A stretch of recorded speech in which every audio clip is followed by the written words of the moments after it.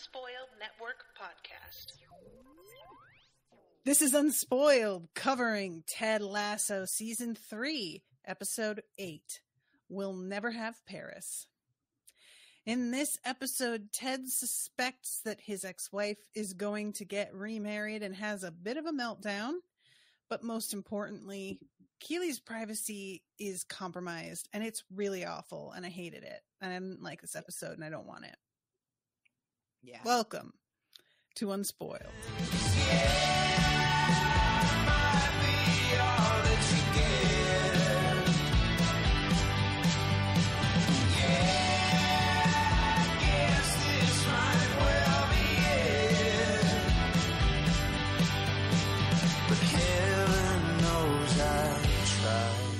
Welcome to the show, everyone. I am Natasha. I'm RoShawn, and I'm really distracted. Why? Because I'm looking at myself in the camera, and I have crooked eyes, and sometimes it's more apparent than other times, and tonight it is really, like, driving me crazy. Crooked, I get it from my dad. My eyes are just like, wah, wah. Ma'am, absolutely nobody will notice when you are on screen with a woman who has a hemifacial spasm. It will be completely unapparent because I am so lopsided at this point that it looks like somebody took two photos and photoshopped them together of me making different faces. Like, it doesn't even look like the same face. I know that we discussed and I agreed to, but I cannot begin to tell you how disconcerting it is for me to be mindlessly scrolling on TikTok and all of a sudden see my fucking face. Like, I'm showing up on my own For You page because we're doing for the podcast. That is amazing. Lives. And I will be minding my own black ass business. And then all of a sudden my fucking face is on my own screen.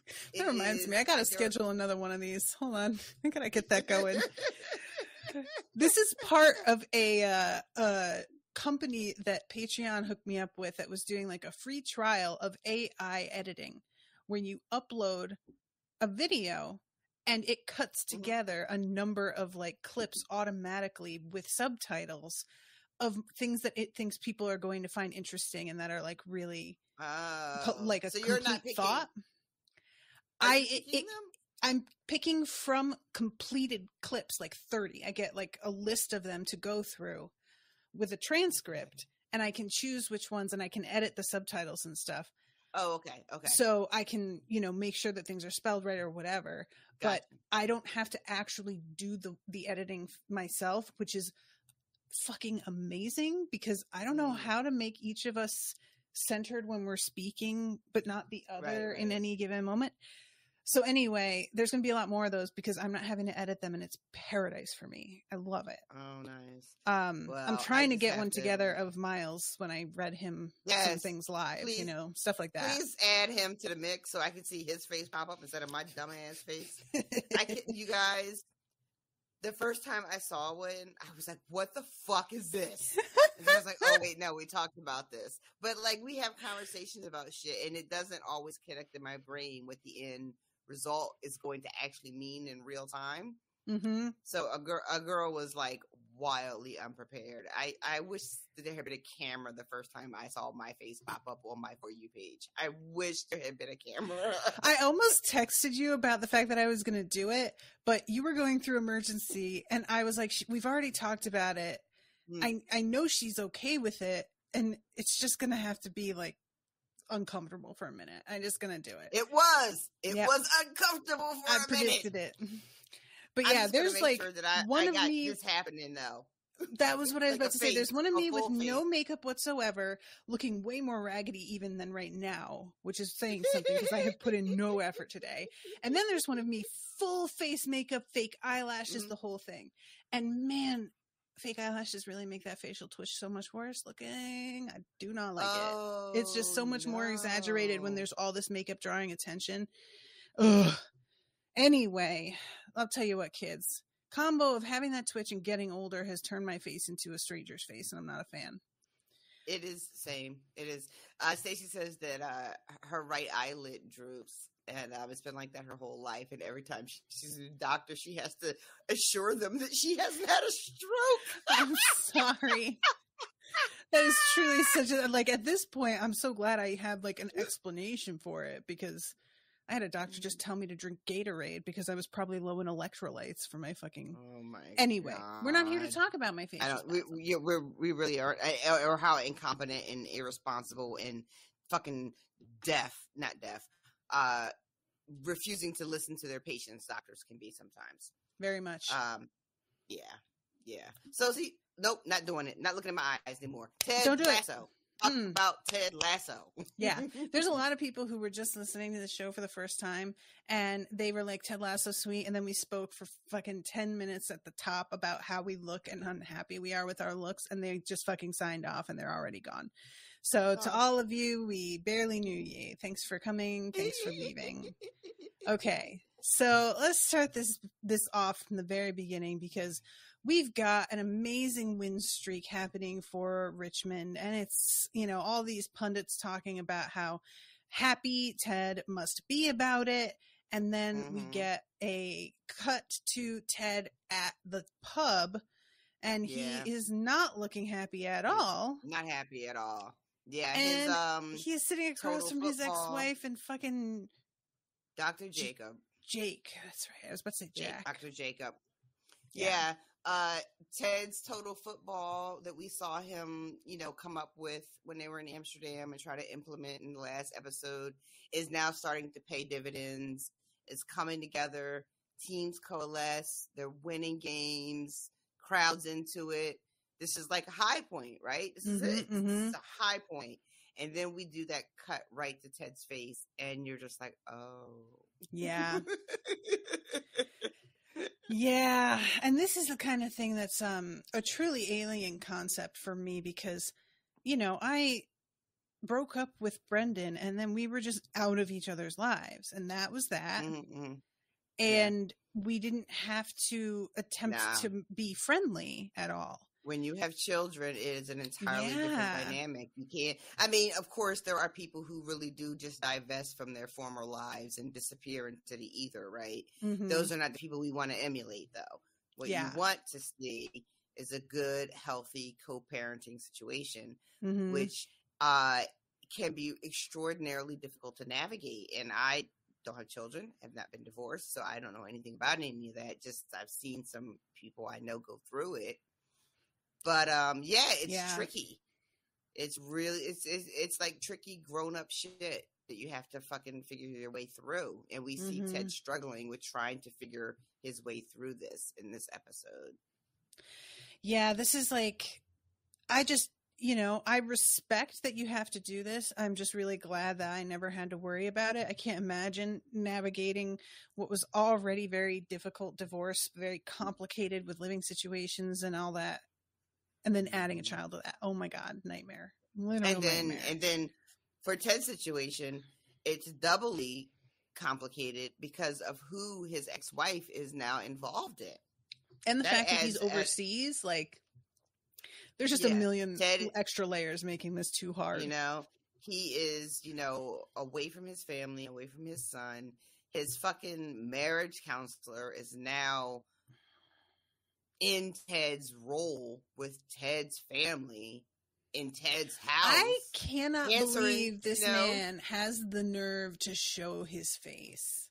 Listen, do you see why I was so annoyed with the comparisons that and suggestions that maybe Dr. Sharon would pull some shit like this? Do you see how repugnant this is? Oh God, yeah. You know, I forgot that you said people were doing that. Such a violation. This is. I don't, Dr. Jacob. I would write a letter right now. If you were a real person, I would report you to the board. The fucking. Oh, please call me Jake. No, I'm gonna call you what the fuck I know you as. I know you want me to call you Jake because you don't like being reminded. So I'm going to remind you. I would every time. Again. Every time. I would every time. Ted is real good in this moment. I respect that Ted does not want to be confrontational. He doesn't want to turn this into an ugly thing. But Ted is so Couldn't much be more me. mature Couldn't than be us me. Just when saying. when it comes to these kind of things. He's so much more well like centered and well, you know, it's funny too because I'm given like he is performing a sort of in this moment. I'm okay with this. I'm like you said, I'm not gonna make a big deal. I'm not gonna make a scene. But he is definitely upended. You know. Oh yeah. Yes. You know, like he's not dealing with this well. He's performing like he is for the sake of, I don't know, civility, not wanting to cause a confrontation, not wanting to cause a scene or whatever. But this is like a fucking really hard, low-key, unreasonable pill to expect him to swallow, in my opinion. And, you know, I'm sure, again, with factoring the kid in, that when you're taking that into account, it's easier to be civil because you're doing it for somebody else's sake.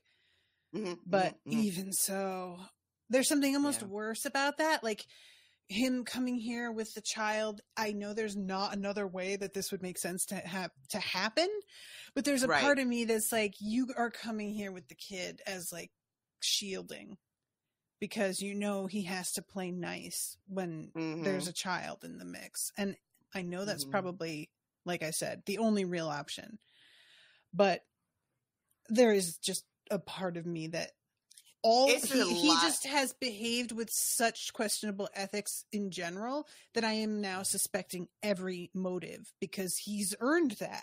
And that's your fault, dude. Like, yeah. They just have put Ted. Michelle too, you know, is earned some responsibility in this. You know, discussions about how much time has passed and whether that impacts the appropriateness of Michelle and Dr. Jacobs' relationship.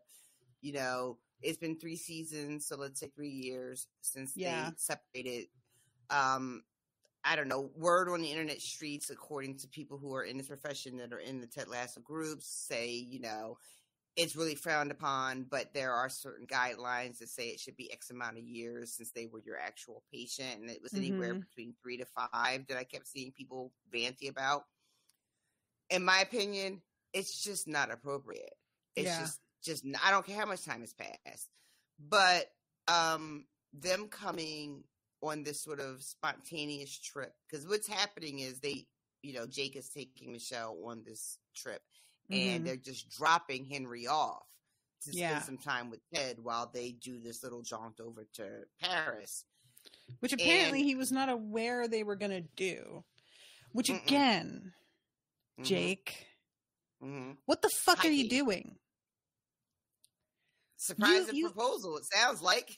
Surprise for Ted too, though. Like you are coming into this equation on the wrong footing to begin with. And you would really think, at minimum, he would give Ted a heads up and be like, hey, Michelle doesn't know, but I'm planning that we're going to drop Henry off and then we're going to go to another country and we won't be there.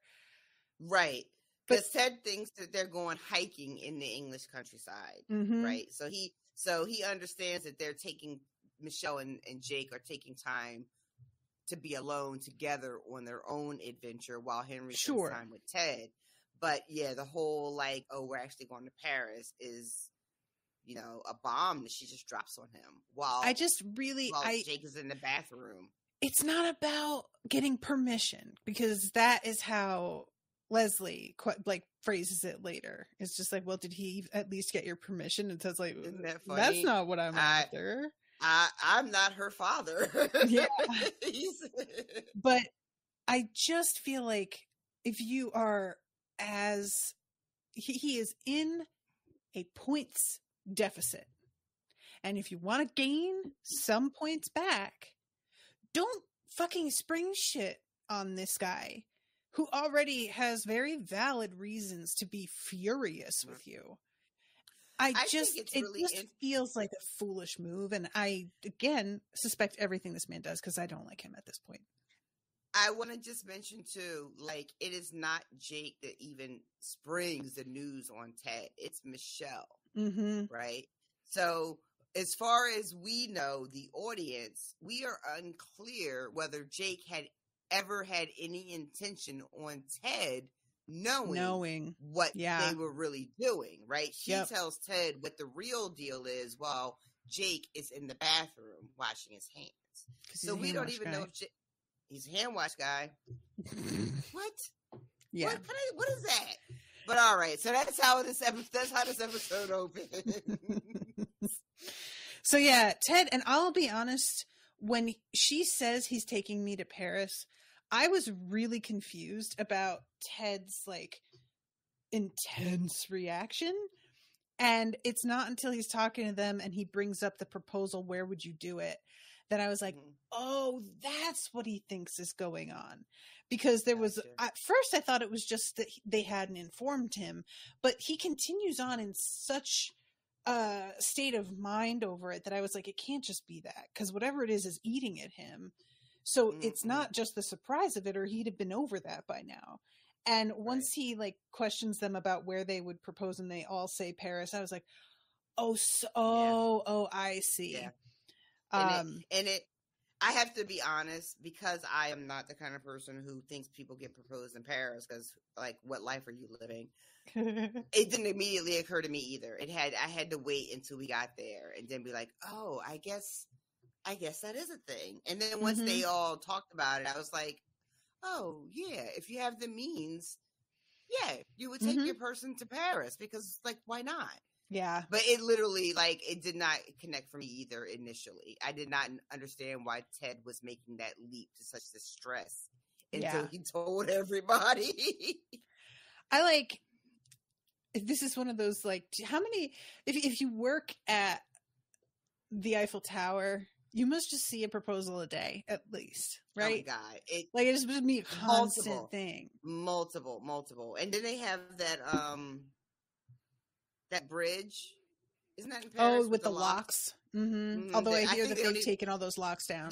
Yeah, they don't even want you to do that anymore. But that was like a huge thing for a long time. I mean, it's like the most romantic city in the world, according to people who make those sort of designations. So it all, and to be fair, even she said bitterly, at least you made it to London. I hadn't been nowhere. I went to London once with my aunt as a child, and once alone broke when I had pneumonia, and then ran out of money and came home. Not ideal. So I have been, but you still were there. It sucked. Your feet touched the soil. It's true. And you were in Europe. Well, I like to think it's funny too, because sometimes people are like, England is not Europe. I know, yeah. That's a whole other conversation, but that always trips me up. They're like, oh, on the continent. It's like being Italian's not white. All right. Also, another podcast. Yep.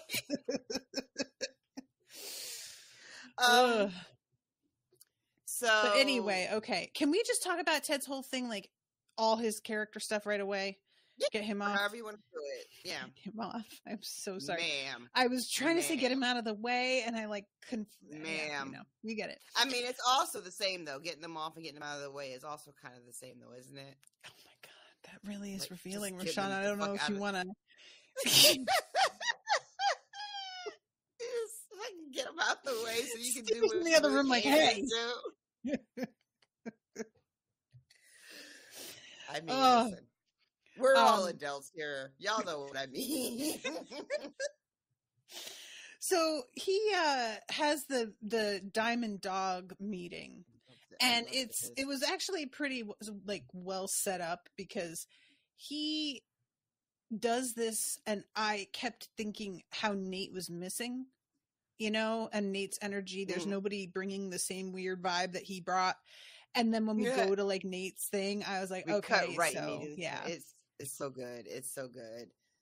But the conclusion they come to is essentially, oh, you don't even know. They all thought he was in emergency mode because he fucking had a guarantee, and he doesn't. So they all sort of lose some patience with him at that point. Yeah. They just tell him basically, you are losing your shit over something you don't even know is happening for certain. Right. And Higgins has the don't flip out till you find out, I think is his little way of saying it, which is actually really useful. And I jotted it down in one of my many, many journals and then failed to refer back to it But I did jot it down. All right. Well, so maybe you just want a tattoo or something instead. Maybe learn from it. I do need to put it somewhere a little bit more permanent. Just across the back of your hand. I'd be flipping out. I don't wait to find out. I'm just flipping out. But but I loved everything about the Diamond Dogs meeting. I love I am never not satisfied watching these grown men grapple with their emotional troubles and then saying, I need help. And then calling for that help. Yeah. And then letting people come and help them. That is so fucking satisfying every time I see it. And fucking two wonderful things. Roy, who's in it, he don't want to be in it. He says he's not in it, but he's in it. But he's in it. He is so in it. He goes in the next room, but he leaves the door open, quite literally open. Right, it's still here. Mm-hmm. And he comes a couple times. Mm-hmm. You know? And then the induction of Trent into the Diamond. Trent, when they're all howling at the end, he just says, woof. Woof. And Beard gives him a little confused, but he got the spirit. Beard gives him like a nod, like, that'll do. We'll accept it. We'll allow it. But yeah, it's just such a wonderful moment with all of them listening to Ted and hearing his concerns, but also talking to him like a grown up and being just like, hey, let's take a minute, take a breath. Fucking Higgins shows up all out of breath because he's run up. He sprinted down. And he's so disgusted when he finds out her stutter. He's like, I'm going to have knee spasm. I'm going to have leg cramp later on tonight. Oh, the leg cramps in my sleep. That hit. I woke up last night and I had to pee. It was probably like 4:30 in the morning. I don't know how I had been laying, but evidently I almost dislocated my hip. And I got up to go pee and like stumbled because the pain when I put weight on that leg was so bad. And then when I laid back down, I had to like put a pillow under that hip to support it because it hurt too bad to just lay. And I can't tell you guys, it's like I used to be able to just be like tossed in a box with like a scrap of bubble wrap and mail me and I'd be fine. And now I need to be like cushioned in a sculpted styrofoam carrier with a little lid that's also sculpted and then wrapped in bubble wrap and then put in a box surrounded by pellets. You need to be in one of those old-fashioned McDonald's containers that used to keep the hot side hot and the cold side cold. The McDLT. Yeah. I don't know if I told you this. That level. I have a friend who is Australian who, for whatever reason, discovered that like Jason Alexander was in McDLT commercials and grew obsessed with them. Mm-hmm. And then she wound up making her whole Animal Crossing island into like a McDonald's theme with the McDLT as the flag for her island. That's amazing. And no, you didn't tell me any of this. She made a lot of McDLT memes as well. It was a real gold mine for a little while. I don't want to distract us from what we're doing here, but watching old like commercials or sitcoms and who you see pop up. We were doing a Malcolm in the Middle rewatch, and it's like a million people that showed up on Malcolm in the Middle over the years. Mm-hmm. But I saw fucking Octavia. Is it Octavia Butler? Butler, yeah. From The Help and other stuff that Hidden Figures and stuff. She was on an episode of Malcolm in the Middle playing a grocery store cashier. Oh my God. Early days. Yeah, right? She's so good. I got all excited when I was like, "Oh, there's my girl." Okay, so finishing up with Ted, he winds up going to Rebecca and asking her for a recommendation for a private investigator, which I really didn't expect him to use this method. I thought he would just go talk to Jake. Listen. And a part of me was like, what are you doing, bro? Like, this felt so weird. Yeah. There's two moments in this episode where, in my opinion, we see Ted. I don't want to be hard on him because this is a difficult situation for his character, but we see two moments where I feel like Ted's not being his best Ted self. Mm-hmm. This is one. And the second one is when he's reading Henry the goodnight story and he starts asking questions, because it starts with like checking in with your kid, which is what you should be doing as a parent. Mm-hmm. And then it sort of starts to like move interrogation. In a way to interrogation, and you're trying to get shit to make yourself feel better, get information to make yourself feel better. And it really paralleled the moment we get with Roy and Keeley later, when Roy is speaking to Keeley and he is offering like sort of like comfort and apologies for what she's going through. And it's about Keeley. And then he loses the plot and makes it about himself when he asks her who was the video for. You know, I can't believe he asked her that. And it's really like clear the moment he says it. He knows he is like, I can't believe I asked that either. Like, what the fuck was I doing?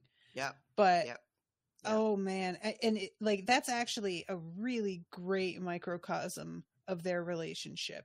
Something that's about her, and she's made it. He has made it about him, when he could have just been there for her and been a supportive partner, but no, he had to like pull the thread, and it just fell apart because he can't resist doing that.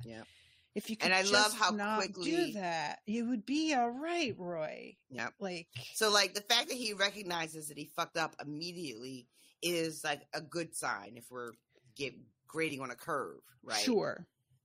But that's if we're grading on a curve. The fact that he did that is such evidence that he was not really in a place to be in a relationship with somebody. Not just Keeley, but anybody. That he still has a lot of his own shit that he's got to figure out and work out, you know? So in my opinion, his rejection of the Diamond Dogs is the evidence that he's not ready. Because he just has an intimacy problem. Yeah. You know? And I love that too. I love you bringing it up. He desperately wants it. He sees the value in it. He sees the value in his contribution to the Diamond Dog. Like, he's speaking up from his little office, but he just can't like be open and like let that last defense go down, you know? Yeah. Like, just the ability to be like, all right, I'm in it. I'm part of it now.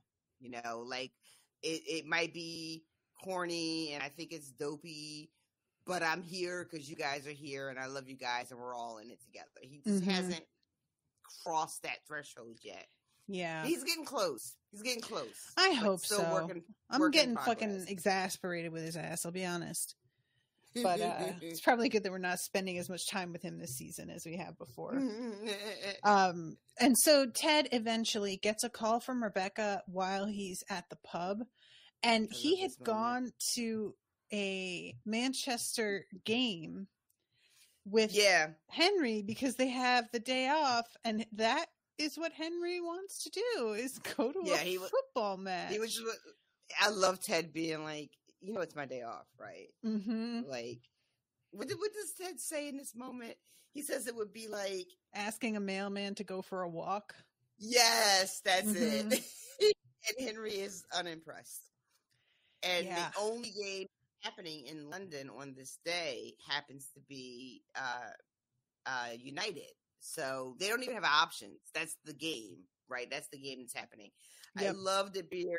Like, I gotta stop at home first because he wants to make sure he's wearing his Richmond gear, because that beard is always just gonna. He says it like growling, like he's gonna so like angry. have bricks and shit. He's gonna have like a pillowcase full of oranges. He's gonna beat somebody. He's gonna have a rope dipped in red paint. And and later on, when they're at the pub and May doesn't want to serve them, oh my god, the way he gets her is finally to say, I didn't want to fucking be there.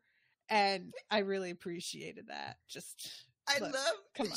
She wasn't going to let Henry have his glass of milk. She's about to walk away with that. And she plunks it down on the table so that it kind of spills all over the place. She's still pissed. Yeah.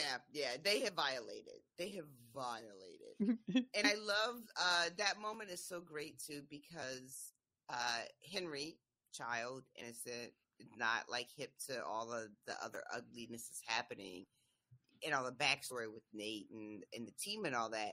So Henry is just, I remember Nate. Nate was great. Love Nate. And he's so excited to see him and like genuinely, hey, how are you doing? You know, and so happy when Nate turns around, even though Nate doesn't really wave or acknowledge. He looks, you know, because the other coach like gets his attention, but Nate doesn't like wave or smile at Henry or anything. And Henry isn't upset. He just goes, "Hey, Dad, he heard me. He saw me." I thought it was so surprising that Henry wasn't upset, because if I were a kid waving wildly and I know they saw me and they don't wave back, I'm gonna be like, "The fuck." I would have been very irritated. That's just me. I don't know, but I wonder if it's because Henry, as a child of a coach, takes coaching more seriously than an average person. Maybe. So he's willing to understand, oh, he's in coach mode, you know. I'm just like tossing that out there because personally, I was like, Nate couldn't even give that little kid a smile, a little, but it would look uncertain lift of the hand, like right. Yeah. But it would look like if press caught a picture of that, then it's Nate waving at Ted, you know, and then it's all over the press and that's a whole other thing. So, you know. Yeah. And then later on, well, we'll get to that when we're in Nate's POV. I just want to say really quickly, Stacy in the chat mentions about May. She tells them they're all on probation. That's right. I forgot about that. I did too. I forgot about it too. But so Ted had gone to this game and they go to the pub after. He gets a call from Rebecca and we don't actually hear like her telling him what they found out. Yeah. We get her saying, "Who the fuck cares if Michelle gets engaged?" Which feels like she's saying that she did, but it really is kind of open-ended. Yeah. And Ted finally, she sort of gives him a reality check and is like, "Hey, the reason that you never went to Paris with her is because you kept thinking you had more time. And guess what's another relationship that you're currently behaving that way about that will slip through your fingers?" And it made me think, I saw, it wasn't even like a TikTok, or maybe it was, but it was one of those like super short. And it's a guy who's scrolling on his phone, and his daughter, who's like 3 years old, is going, "Hey, Dad," and trying to get him to pick her up. And he's like putting a finger up, like, "Hold on just a second." And she crouches down and then stands back up, and she's 17.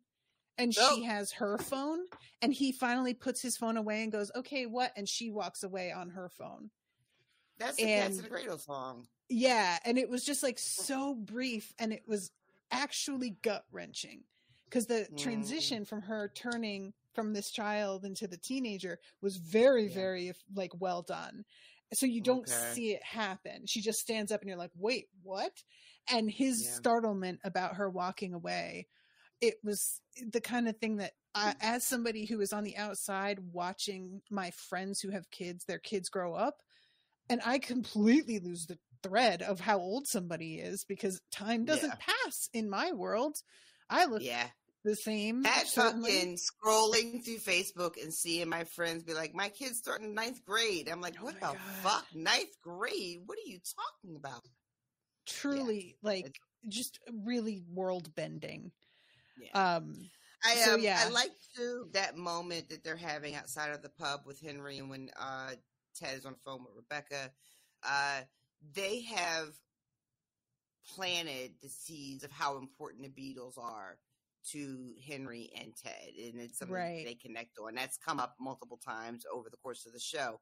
So this moment, in my opinion, really was a big payoff because we know that this is something that exists for them. You know, we've seen Henry talk about, like, if you ever go to Abbey Road, and now they are here. This music is playing that's so important to them, right? Ted and Henry have this thing that's their, I mean, I'm sure Michelle's a Beatles fan too, because we all are, but this is their thing. And it's happening right now. And Ted is off on his other shit. Missing it. Yeah. You know? I thought it was, and really, I will really say, amazing.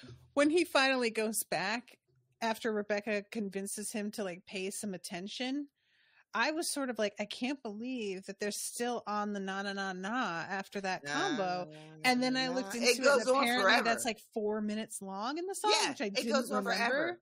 Oh my god! And listen, I watching it, before recording tonight, and I've seen this episode multiple times. We get to that scene, loud as I could be. Na na na na. Can't help myself. I just love moments like that where everybody is like on board with, yeah, we're gonna sing this now. This is what we do. We all are gonna do this part. We all understand the assignment. Like we all know why we're here. Yep. And if you don't want to participate, get the fuck out of here with your negative energy. We're not nodding up in this bitch. Have you ever been somewhere in public when they play Tequila? Yes. That is a real fun one, because there are such long portions of that song where there's nothing. There's no lyrics to sing along to. And then just out of nowhere, everybody, Tequila! And then they go back to their conversation for another like fucking, full minute. And then they look up to say Tequila one more time. I enjoy that one a lot.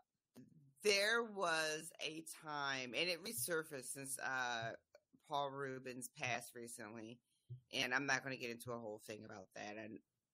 But there was Pee Wee Herman dance. Mm-hmm. And so Tequila would come on, and you would have what you're talking about, but then you would also have like the dancing. especially when I was still like out and about clubbing and whatnot. It was like a little bit closer to that. Yeah, it's a whole scene, man. I really enjoy those collective experiences. It's a good time. Yeah, it's like if you're somewhere with a group of black people and like Before I Let Go comes on, we're all singing. We're all we can't help it. Can't help it. It's in the fucking guidelines. We signed up for it. It's in the contract. The one for white people is Sweet Caroline. Da, da, da. Do you remember playing at LeakyCon? It played at the LeakyCon had some of, no offense to anybody listening who is a LeakyCon organizer, but Shell's ball playlist is very bad. I'm never going to get over the DuckTales theme playing. That was a moment. That was someone requested that. Someone with power. Power the SpongeBob SquarePants theme song also. I don't even know that song. I don't either. I didn't even recognize it. I didn't even know it played. Everybody was singing along with it. I'll tell you that much. I didn't even know there were words to the SpongeBob. I had no idea. Everything I know about SpongeBob is based on memes. I've never seen a second of an episode. Everything I know is meme based. And I feel like I watched one episode and it was very stressful, so I refrained from watching it anymore. This is one of those episodes where it's like he's on a deadline and has to make 1 million burgers, and I was like, this is too I've been in food service as a job. This isn't relaxing for me to watch. He makes burgers? He was taking over for the business for the day. He doesn't usually. Do we need to do a SpongeBob podcast? Girl, you are just opening all kinds of doors with that, with Shameless. There's so many things. Because people really do like SpongeBob, and I'm low key like super interested in it. I don't know. We'll put a pin in that. You just want to see what all the fuss is about? I really do. I don't understand. Why does he have square pants? Why do they live under? Because he's square. What kind of pants would you have if you were square? But why is he a sponge? And what kind of sponge is he? Is he like a coral sponge or a dishwasher sponge? I don't know what's going on. I think the joke is supposed to be that sponges are naturally occurring, but he looks very unnaturally square. Oh my god! I think that's the joke. Is that like SpongeBob. If he looked like a real sponge, like that's naturally occurring, he would be a horror show. It would just be a very like Eldritch-esque sort of creature, So they made him really recognizable as your friendly neighborhood car wash square yellow sponge. You guys that are listening, some of you know me on Facebook, some of you don't. But my profile pic currently is, what's his name? Squidward. But I don't even know how to describe it. He's done up kind of like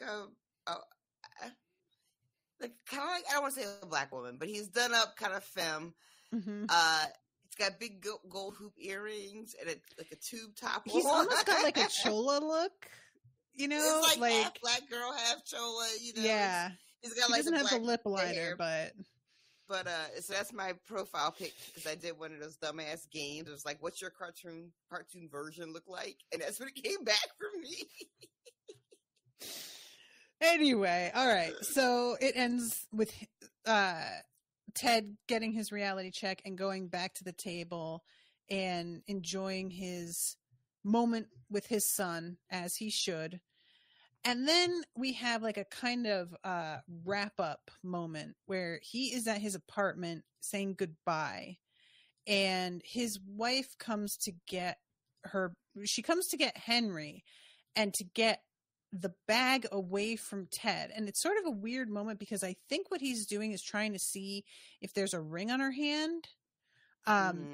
But because she reaches out to grab the what do you call it? Backpack that he's holding out. And he holds on to it for a second and stares at her hand, which does not have a ring on it, and seems really confused. Yeah. And she has a moment of like, what are you doing? And he's like, oh, I'm just messing with you. Yeah. But yeah, so evidently either the engagement didn't happen or she didn't want to wear her ring in front of Ted, which is also possible. And we, as the audience, we don't know. We don't know where this ends. You know, it could be both, like you said. It could be she purposefully hiding the information from Ted, or you know, he just let his mind go nuts and caused all this concern and turmoil for what was really just for them a romantic like weekend in Paris. You know, yeah. There's also like the possibility that he did propose and she said no, I guess, which I hadn't really considered. That's true. Because there is like a tone when he asks, how was Paris? And she says, oh, it was okay. And I was like, what's that sound in your voice about? So that's almost giving me like, I feel really awkward because this thing, but. Well, two things. Like we know from Ted, when he's telling Rebecca, they've always wanted to go to Paris. Paris is Michelle's favorite city. He makes a comment about her favorite Sex and the City episode, you know. So the expectation is that Michelle would be like, oh my God, I finally got to go to Paris. And it was awesome, right? Yeah. And her reaction could be tempered. Maybe she doesn't want to make Ted feel bad. Maybe she doesn't want to make it awkward. Or maybe the proposal got denied. You know, it could be like a bunch of different things, and we just really don't know as the audience. We don't know, but the expectation is clearly we expect Michelle to be like, it was everything I always wanted it to be. I've been waiting my whole life to get to Paris, and I finally got to go, and it was everything I wanted it to be, and we don't get that. Yeah. So that's kind of like the end, other than a moment where it seems like Jake is crouching to give Henry a particular type of hug. He's like patting his thigh, almost like he wants Henry to sit on it, or I don't know what he's signaling something when Ted's looking out the window at the taxi, and Henry just runs right past him into the taxi. Right. And I don't know what it was he was thinking Henry was going to do, but there's a real like weirdness to the fact that Henry breezes past him. I think it was supposed to be. Oh, that's weird. My RoShawn vanished. Froze. I just froze. Can you hear me? I can still hear you. Yeah, just keep talking. Okay. He'll come back. Yeah. So I think what's supposed to be happening in this moment is Jake is expecting, because he's been gone all weekend, right? So he's seeing Henry for the first time. So he thinks there's going to be like a, hello, hey, how was your weekend? Good time. You know what I mean? Yeah. Big reunion. And a reunion kind of moment. And Henry is just like, yeah, nah, we're not doing that. Yeah. I don't know if it's conscious, but Henry just jumps right in the car. I can't tell. Bouncing in and out. It's fine. Don't just ignore it.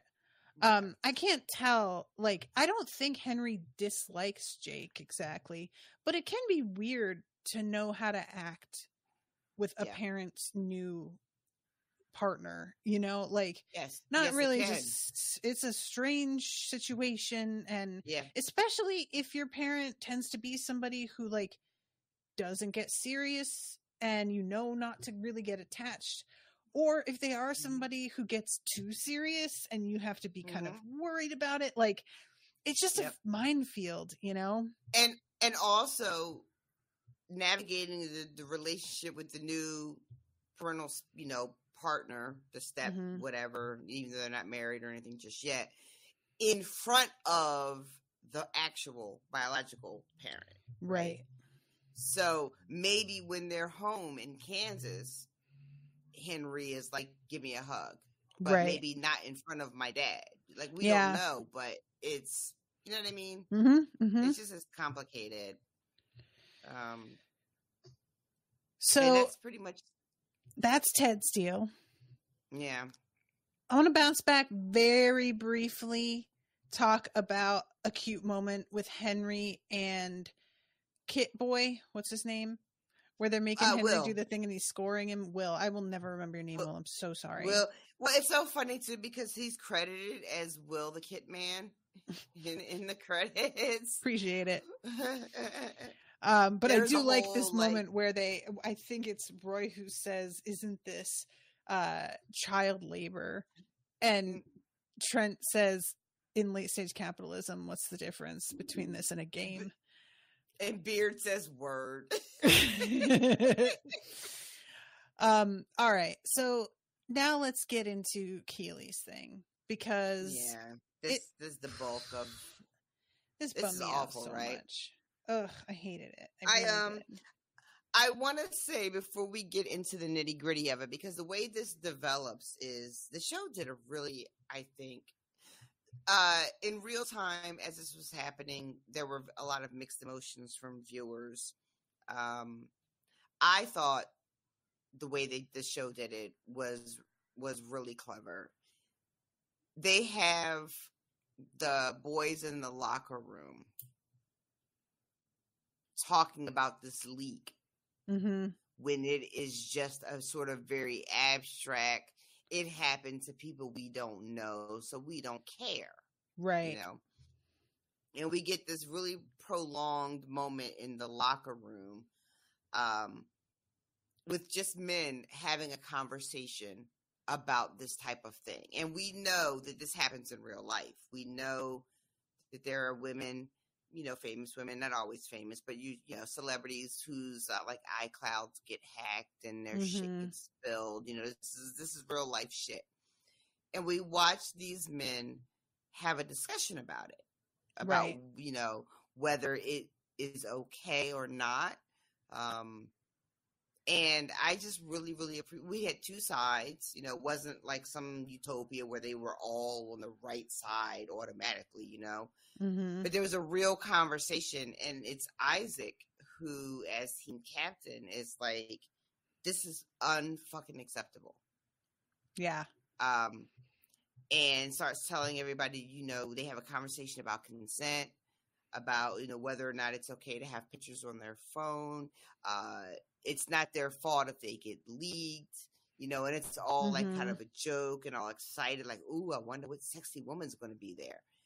And we watch all of this conversation, and then we get to see the switch when they realize someone that they know and love and respect is impacted. Yeah. And they find out Keeley is part of this leak. And that's that thing, right? We see it all the time where men are just like, bitches and hoes, bitches and hoes. And then it's my mom or my sister or my daughter, and then all of a sudden it's different, you know? And we get to see that. I really, really appreciate the show doing that. Because I feel like that is a conversation that doesn't take up a lot of space when this sort of thing happens. And what we see with Keeley is all the onus gets put on the woman who has been violated. It becomes her fault for even doing the thing in the first place. Yeah, it's an interesting, it sort of feels like there was a, you know, comment section argument and they just decided to like divide the lines up amongst the players in the locker room to have this kind of back and forth, which I agree with your like appreciation of all of them having this energy and then it changing once they realize who is involved. It did feel kind of clunky to me, the conversation itself. I understood what they were doing, but it was so heavy-handed to me, the way it went down, that it was kind of like, it's the sort of thing though, you know, I am used to these kinds of conversations. The space I occupy on the internet, there's a lot of this sort of talk. Right. And, you know, probably there's plenty of people out there who haven't had this kind of conversation before. And for them, it isn't as tedious to sit through because you're not, you know, it's like the Barbie movie, which is very like patriarchy 101. And it can feel a little bit like, okay, we get it. But like, there are people who haven't investigated ever had this conversation ideas before and interrogated why they believe certain things. So it's the kind of thing that I try to, like, as much as I can get sort of impatient about it, I try to make space for it as well and realize not everybody is like where I'm at with the thing. Right. So, and yeah, the leak, like she gets all of these texts while she is in bed with Jack. She's having a wonderful morning. They're all like cozy and nestled and just had some good fucking sex apparently. And, you know, I love this. So Jack invites Keeley to a polo match with a very, very, very, you know, impressive, important, rich person, this Uncle Bernie.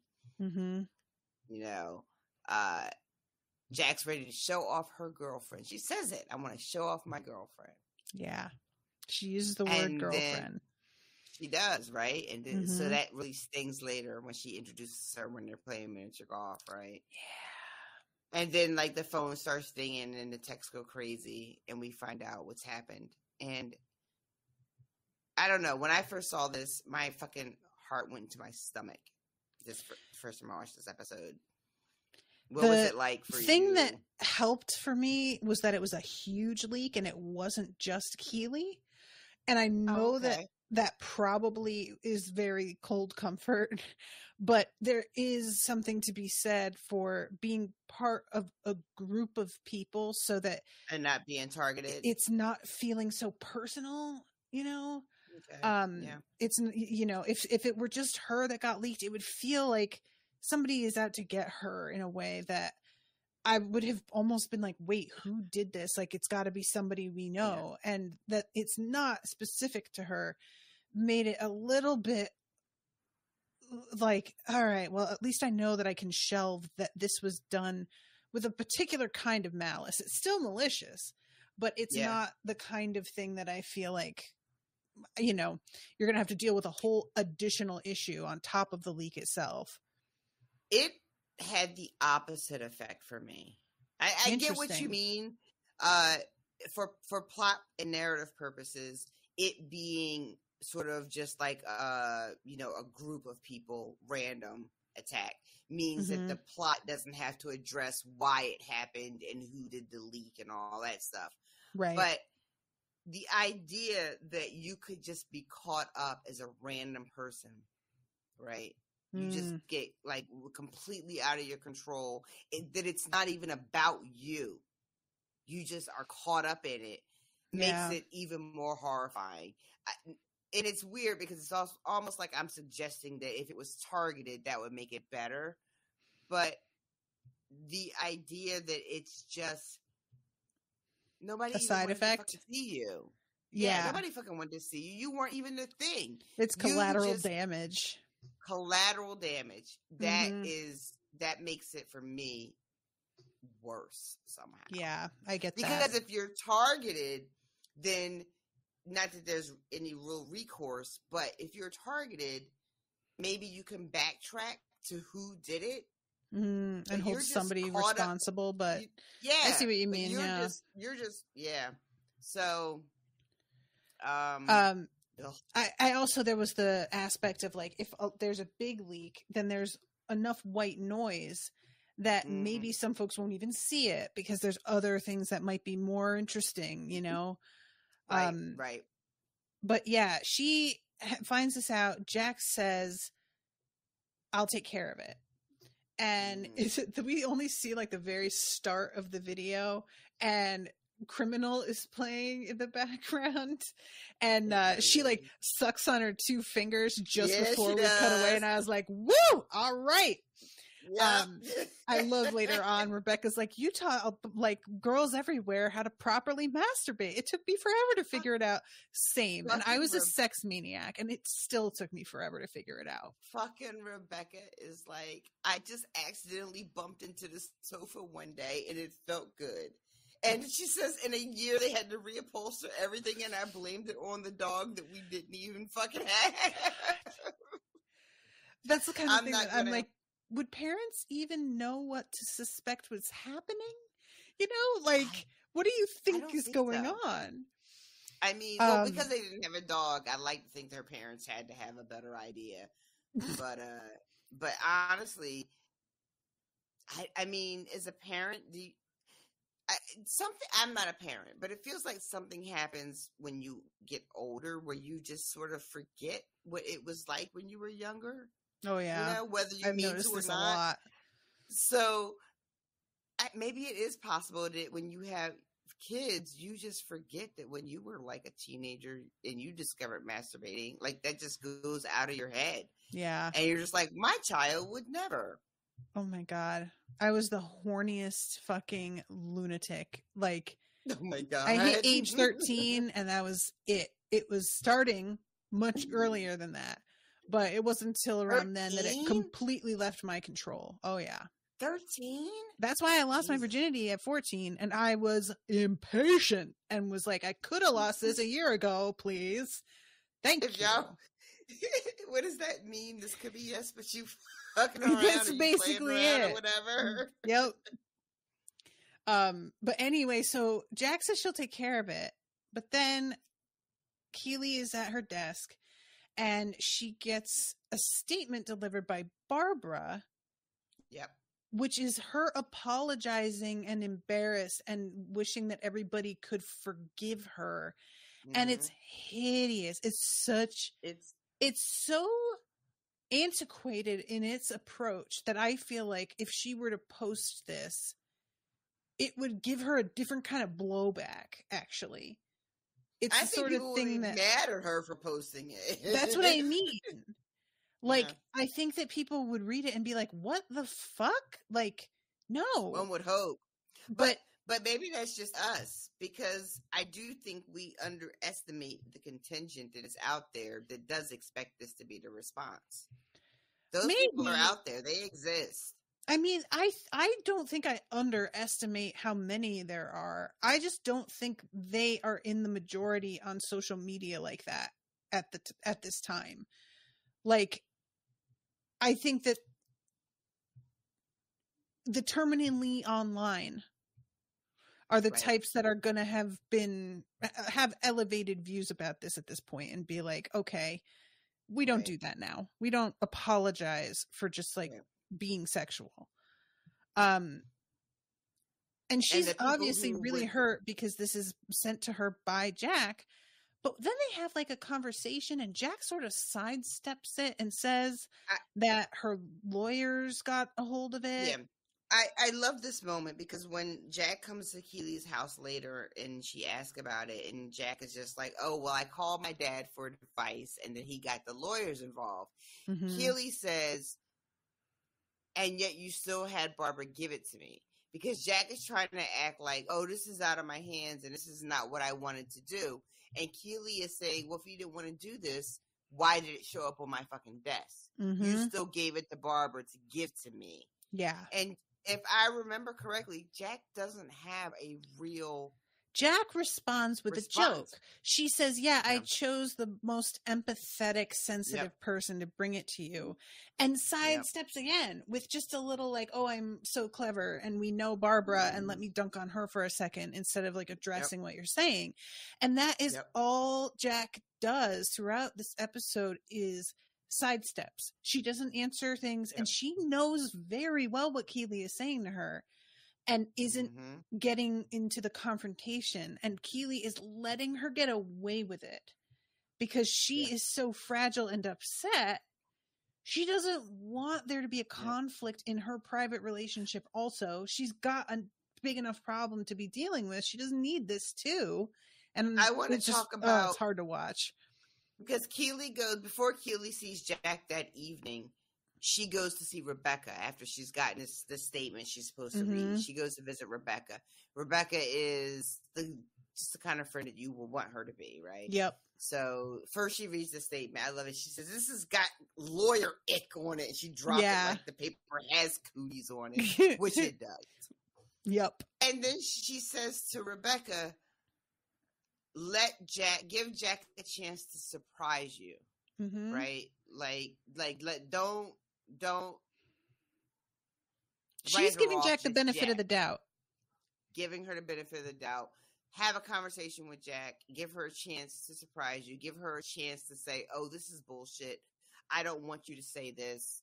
I would never ask you to do this." Anything, right? And then we cut to Keeley at home. I don't know what Keeley is doing on her dresser, on her table. And it's like not important. Poured all of these sprinkles out, and it looks like she's separating the sprinkles according to color and making little designs. That's what it looks like, right? It's a real weird, I was like, what is she doing there? Some sort of soothing exercise. I don't know. But it looked like something I could get into. I was like, oh, that looks like a puzzle. That looks like something. And then I was like, oh, wait, no, that's not a puzzle. That's just a bunch of random glittery shit she has in her house. Yeah. Which also tracks for Keeley, though. Yes. And so we come to this moment, and when I first saw this episode, I was like, all right, let's see what Jack's going to do, right? Maybe she's going to surprise us. And she surprises us, but not in a good way. No. Not in a good way at all. Yeah, she doesn't directly answer anything, and she also, and I called this, I was like, she hasn't mentioned anything about the polo thing. And I bet she does not intend to bring her. And what she does is when Keeley comes in dressed in this amazing hat and dress that she has for the event, she frames it as, I thought you wouldn't want to be around the cameras. I did it for you. It's very much not about that, but she is convincing in her delivery with, I'm so sorry. I should have talked to you first. I thought I was doing the right thing. Really laying it on thick. How she is feeling guilty. So that's what Keeley has to manage in this moment instead of addressing what she suspects is going on but doesn't have any proof of. And this is also something... Sorry, go ahead. Oh, go ahead. No, you go. Well, I was just going to say, this is something that I had a lot of experience with Brendan, was that if I would come to him with something that upset me that he had done, he would be so self-flagellating and often start crying in such a way that I had to turn around and then comfort him, even though I had come to him because I was upset. And I finally called him out after years together. I sort of finally clocked what was going on. And I was like, I feel like you always turn it into me having to manage your feelings when this was supposed to be about you doing something that was unacceptable to me. And why am I now apologizing to you for being mad? And he, to his credit, seemed to see exactly what I meant and sort of dialed back on that. I think he really got that was what was happening, but it was just good for him. That is something that's done in a way that it can be either an unconscious way of manipulating you, which is what I think was going on with Brendan, or this with Jack, where she fucking knows exactly what she's doing because she is very passive aggressive. And she has just perfected how to, especially somebody like Keeley who wears her heart on her sleeve and is super direct. She knows how to handle Keeley already. And I just this is not going anywhere good. I don't like it. I want to mention the thing that Jack does here also is she says to Keeley in this roundabout way, you should be embarrassed. You forgot to be embarrassed. Yeah, I thought you wouldn't want to be there because you would have so much shame. And I guess I was wrong. You don't have shame. Yep. So then Keeley and that's has to weird. Be like, oh, yeah, I guess you're right. I should be embarrassed. I should not want to show my face amongst these people, right? I should be hiding right now, not out in my fabulous hat and outfit having a good time. Yeah. How dare I think I should be out doing that? How good of you to remember that I should be ashamed right now, and you're protecting me. And it's so gross. It's so fucking gross. So then they go to, in their cool new outfits, they go to putt-putt, which I always want to do, and I never do. I got to do this year. I love putt-putt. It's one of my favorite things. Girl, I have never played it in my life. No. I know. It's me and Steve, we haven't done it in a little while, but me and Steve would like try to make a trip to the shore every summer, and we would always go play putt-putt and ride go-karts. And they're opening up a place in Liberty Place. They're opening up like a putt-putt place. It's good. I don't like things in Philly are weird, and like things are opening and like grand opening, grand closing, like in the same like 2 months. Yeah. But if this place opens, there's going to be a putt-putt in Liberty Place. Oh and God. I'm stoked. I can't wait. I hope it really opens. I cannot wait. It's going to have like neon lights and shit and have a full bar and all kinds of shit. I love that. Yeah. Remember when bowling did that thing? Oh, yeah. I don't know. The Galaxy bowling. Yeah, right. And everything was like glow lights and the best club atmosphere. Yep, and they have like the putt-putt in Orlando that we kept saying we were going to go, but we never made it. I'm still so mad that we never went. Eventually, well, not right now because Florida's on that bullshit. But eventually, Florida's a disaster. We'll go back and we'll do putt-putt at Orlando. So they get interrupted here by a friend of Jack's, and Jack, I knew. She was not going to introduce Keeley as her girlfriend. And sure enough, she says, my friend. My friend. And once again. And also employee, low-key. And like tries to make up for it by being like, I'm going to promo her as a publicist and be like helping her. But it's like, come on. Yeah. And once again, as soon as they're alone, it's very clear that Keeley wants to say something about how she was introduced, and Jack immediately takes control of the conversation and turns it in a different direction and makes a joke again, and Keeley lets it go again. Yeah. And it's not until the end of the episode where she is given another statement that's been changed but is the same energy. We don't even hear it. Energy. But same shit. She is just like, I am not going to read this. I don't need to apologize for anything. Yep. I didn't do anything wrong. I'm the victim here. And Jack says something about how like she is, first of all, you shouldn't have made this in the first place. And she says it in a whole like, well, I don't know, idiot. Maybe you shouldn't have fucking made it to begin with, in this extremely condescending, disrespectful tone. And I was so disgusted by that whole vibe that she brings in that one sentence. And she also says, it's not a great look when the person I'm seeing, whose company I fund, has a porno online. So one person I'm seeing, not girlfriend, whose company I fund, gotta remind you of that and your position in all this, has a porno, which is not what this is. Porno now. Yeah. Like what? It's not like she opened an OnlyFans. She got, which is also not robbed. Yeah. Somebody broke into her shit, stole her shit, and then put it out for the world to see. Yep. Yeah. Yeah. So we had a conversation about Jack earlier, you know, like what the deal was going to be and what you thought about her and everything. And if I recall, you were cautious about the Jack and Keeley relationship and Jack in general. Mm-hmm. Did you think it would flip? I mean, there's no way for you to have foreseen that, Keeley was going to get hacked and this would be the thing. Mm-hmm. But were you really surprised by this turn? Or did you feel like, No. in my spirit, this felt like it was going to go left? I said, I think several times last recording, straight up the words, I do not trust Jack. So I'm not surprised at all that she turns out to be real shady with this, especially as somebody with the privilege that she does. Feeling like she could just run everybody really falls in line with that, and it's the constant reminders of what Keeley is to her in a business sense and that she's a subordinate.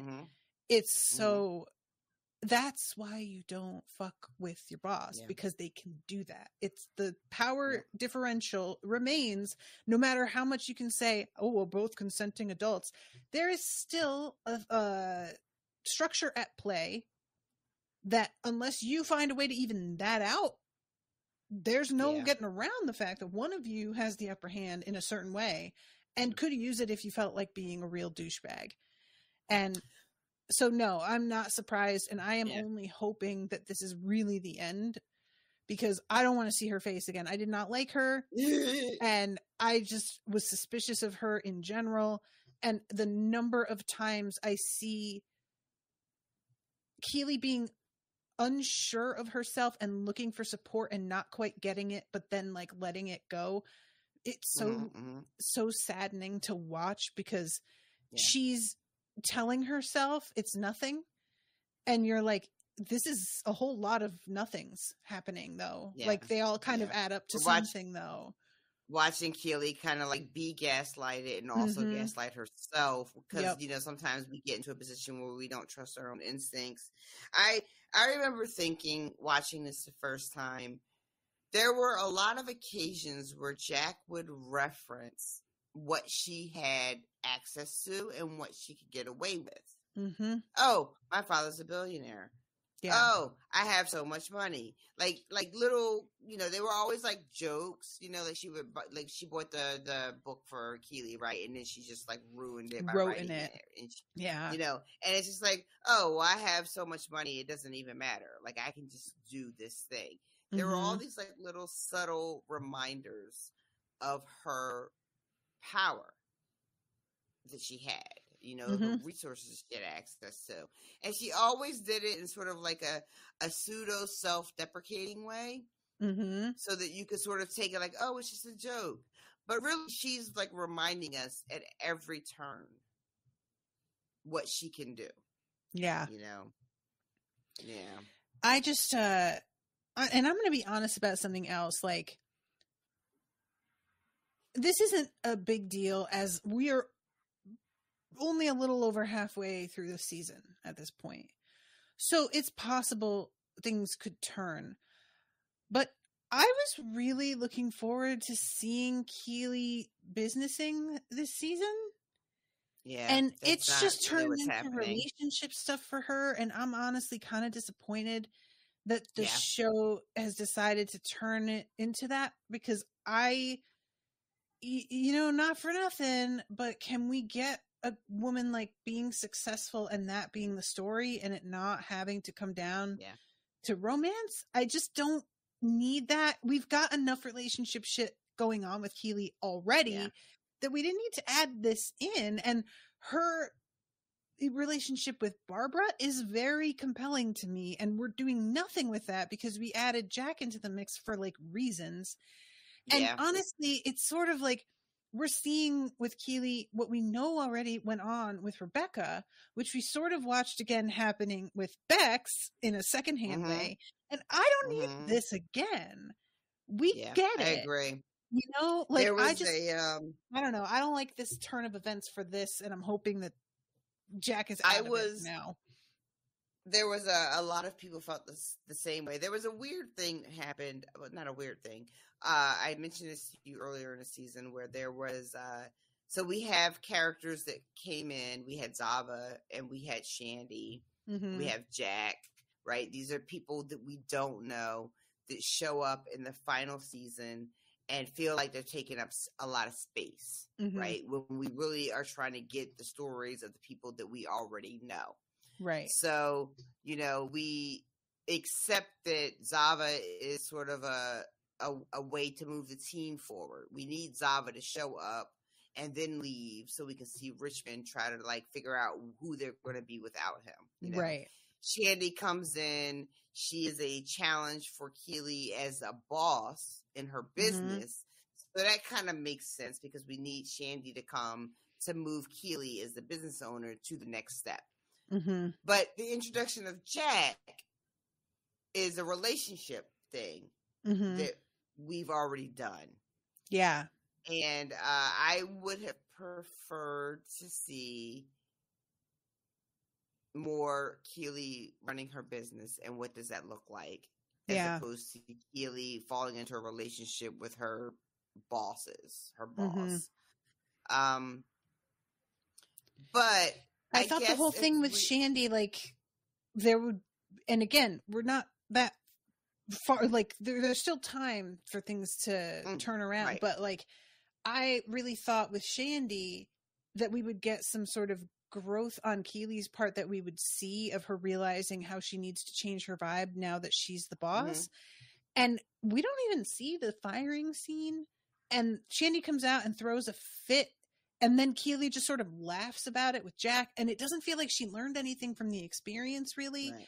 There's just no sense of that mattering in the scheme of things. And I don't know. It's just weird to me that they went this way, because I feel like if you're going to have a person that you want their support, but they don't really support you and they kind of judge you, and you have to cope with whether you should let yourself be judged. Once again, Barbara's right there. You can have her be disapproving. She's more sympathetic than Jack is to Keeley. Yeah. And, you know, I was sort of wondering if she was going to be really unpleasant about the whole thing, because she certainly hasn't been tactful in the past, and this is something that people could get really shitty about. Barbara is, in my opinion, based on what we know of her so far this season, Barbara is surprisingly restrained. There's not a lot of like snarkiness, you know. There's not a lot of like, you know, like her little comments that she makes, regarding the leak and all that kind of shit, right? So the best that I could do, what I ended up doing for myself as a viewer, is just trying to divorce my expectation and my desire to see Keeley running her business and being like, okay, the show is really talking about Keeley as a person and the things that she's going to go through to get to wherever it is she's going to be. And it's not necessarily just about how she runs her business, but it is also about her relationships, you know, romantic and friendship and employees, you know, and how she manages all of those things. And maybe I'm not just going to get like boss Keeley bitch like I had kind of wanted. Like that's just not what the show is trying to do. The show is keeping it very much, what is this person like, and how do they navigate these things that happen to them on a personal level. And I just don't get to see her running shit. But it felt like season 2 was priming me to watch Keeley run shit, you know? Yeah. So I don't think it's unfair of our expectation. I don't think our expectations were like ridiculous. No, not at all. Felt like it was doing that. But I guess they just decided that that's not necessarily honestly where they wanted to go. What it feels like is they primed us for it, and now it seems like Keeley's low-key incompetent in some ways. Like, we're just seeing her not be great, and I don't like this vibe, you know? We're not seeing a lot of successes business-wise from her. We're seeing a lot of fuck-ups and a lot of unfortunate problems. And we don't get to see many wins for her so far, business-wise at all. And it's like worrying me. I don't know how many fuck-ups we've seen. I know we've seen, like, I'm not really sure what you mean.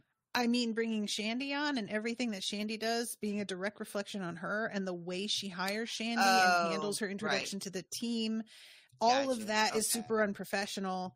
She doesn't take Jack's advice on firing Shandy when Jack clearly wants her to, and is just like, no, she'll be so mad at me. There's just no sense of her deserving this job anymore. Right. I don't like it. I was thinking I don't know. I don't like being like shown how she managed to get to a place because she's got a really good sense of how to play this game, and then it's like it all went out the window, you know? I don't know. I think for me, because we haven't had any significant evidence as far as I can recall of, like, we don't really know much about Keeley's clients. We had the one shoot where we saw everybody, right? Like Shandy and all that. So we don't really know how her clients are doing. The show hasn't given us any real indication on whether or not Keeley's actual clients are satisfied, right? We haven't seen that one way or the other. So there's no reason to assume that they're not satisfied. Except for the one that left because of Shandy. They didn't leave, did they? Yeah, they did. The client that Shandy called at like 3 a.m. drunk fired them. Oh, right. Well, yeah, that was a bad move. But see what I'm saying? What we're seeing, but mostly what we're seeing is Keeley having difficulty managing her people. You know, not her clients, but managing Shandy, managing the staff, her interactions with Barbara. So that's what we're seeing Keeley struggle with the exception of the one client that we lost because of Shandy's actions. I don't think that Keeley Jones' PR is necessarily struggling. You know what I mean? It's Keeley as an individual who's struggling with how to be the boss of her company and deal with her employees, which is also really difficult to watch.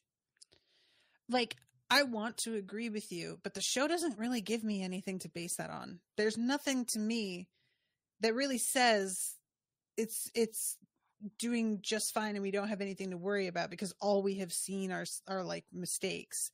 They don't show us any real wins, and so all I'm seeing are the mistakes, and that's not supporting what you're saying. So if that's what they want us to think, they need to give us some wins. And I think that's the problem, is that they want to expand on her whole storyline and go into personal stuff as well as the business stuff, and they're not really balancing that. And this show isn't supposed to be an hour long per episode, and that's why things are getting a little bit messy, because they aren't zeroing in the way that they were, because they've grown to love their own characters, which I get, but it's turned into too much for me of like that's like spread out in such a way that I feel like the whole message is muddied. You know what I'm saying? It's definitely muddy. They're definitely trying to cover, I think, a little bit too much in this season. Yeah. With and the way and the I am a little, I don't 100% get the amount of time we've spent with, like, say, Keeley and Jack, for instance, right? Mm-hmm. And the amount of time we're spending watching this relationship develop, only for it to turn into what we get in this episode, right? Yeah. And why we needed to see that, except to think that if the show thinks we are watching Keeley as a person navigate their entire life, and not just their business, but their entire life, right? Mm-hmm. They think we're invested in that journey. And so we are watching Keeley, who was pinup girl, footballer girlfriend, transition into PR person, but still footballer girlfriend. Mm-hmm. Now she's transitioning into PR owner, girlfriend of a billionaire's daughter, right? We're watching the Keeley show, and that the show thinks the job, right, is secondary. Like the show thinks the job is secondary. Like the that we show don't has fallen care into that the much same about trap that. as Roy did. You know, and I think that's what happened. I think that the writers are trying to tell us something about Keeley as a person without acknowledging and holding up their end of the bargain that they have introduced Keeley the boss. Yep. Right. And we want to see that. We're invested in that. Mm-hmm. And the show is like, no, they don't care about that part though. Yeah, we But really we haven't do. seen her be the We boss do. except for firing Shandy, and that's like literally all we've Yeah. seen. Besides Yeah. that, it's like Barbara giving her an Yeah. attitude, and that's Yeah. kind of it. Yeah. I think I agree with you that it's muddy in that sense, and they may have lost what we were interested in, what I was interested in with Keeley. Mm-hmm. You know, I think It's they kinda almost like lost they sight think of that since she got this job, that she's like achieved the thing, and now they can like that's it. move on. Mm-hmm. And it's just so, it's Yeah. just very revealing that women characters, even in a show that is as progressive as this one, that is still a trap that writers fall into, that like a woman just achieves success, but it's still her personal life that we're going to be the most interested in and focused on, when like that's not what I cared about. Her and Roy split up, and I was kind of like, dope, she gets to just focus now, let's see what that is. And then she gets so totally sidelined by this romance that I didn't care about that much. And I just and what it feels like for me, because in the end Jaime shows up and he apologizes to her, because he explains how he went through a process of gradually deleting everything she had sent to him once he accepted that she was really moving on. And he confesses that his password was password, but that he spelled it with two S's to be tricky because he doesn't know how it's spelled. I have to admit, I really appreciated this himbo bit coming back, because he has been too smart, and I need him to just like fuck up like this more. I need it. I fucking howled at that. You guys, I cannot even tell you.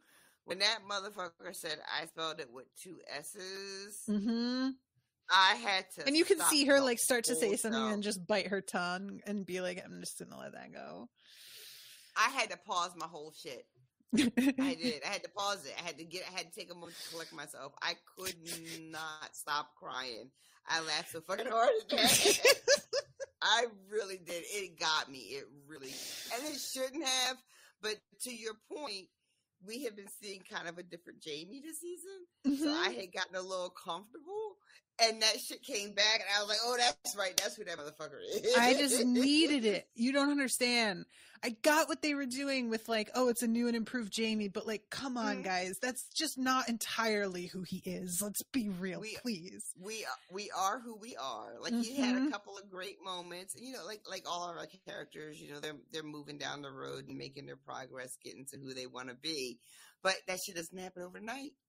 And Jaime is still going to spell password with two S's and think he's being super, super clever. Oh my God. So yeah, he comes to apologize for not having good enough, because he deleted everything, but he didn't remember to delete the emails. Yeah. And so he is genuinely here to simply apologize for not taking care of that the way he feels he should have to have kept this from happening. Yeah.